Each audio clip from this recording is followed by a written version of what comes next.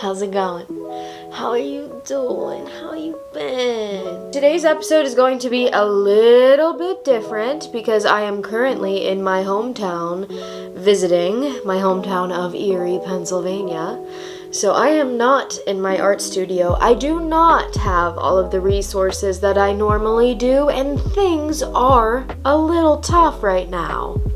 But I am getting very nostalgic as I'm here. For those of you who have never watched any of my videos before, hello and welcome. My name is Kaylee Prinzy and I am an artist.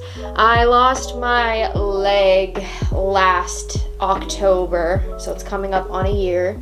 And since then, I have been trying to get back to my creativity. I'm at my grandmother's house. I lived with my grandparents throughout college and spent a lot of my childhood here, so it is very nostalgic being here.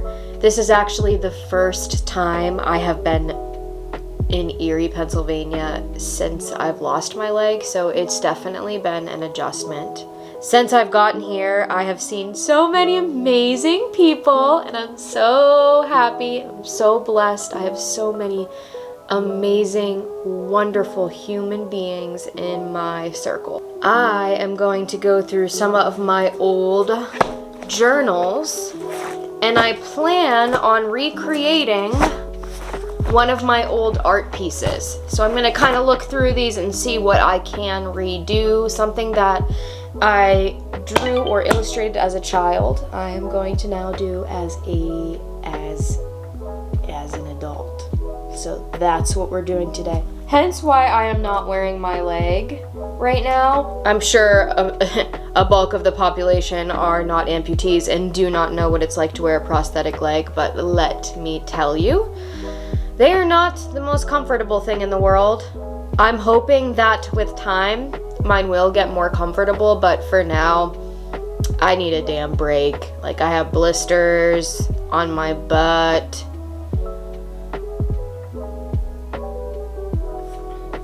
I'm gonna lay on my stomach. We're gonna get real personal up in this. 2002. Oh my god. I think it's really cool that I kept these. It's kind of cool to be able to look back to see how I was feeling. Sorry, I'm like getting distracted. How I was feeling at that time in my life. What was going on with me. There are some really interesting illustrations in here, so I'm pretty excited about this. I would have been, what, 9, 10 years old at this point in time? Alright, here's my list of stuff to do in 2002. Swim. Read 2 books. Tell scary stories. Watch movies. Sing songs. Eat snacks. Drink good stuff. Lay down. Play with stuff. Talk about fun stuff. Play games. Reread the story. Talk about school. Cuddle up with Grandma and Papa. Have contests. And scream Happy New Year. That's a really good list of goals. That must have been my New Year's resolution there. We got some swirlies. We got my name. We've got a margarita glass. We've got a cat. Wow, I'm impressed. I'm going fast with this because I'm trying to find a good one. What else do I got here? Oh, yeah. Oh, we got some couples kissing here. Look at that. Oh. Okay. Alrighty. Okay. Oh.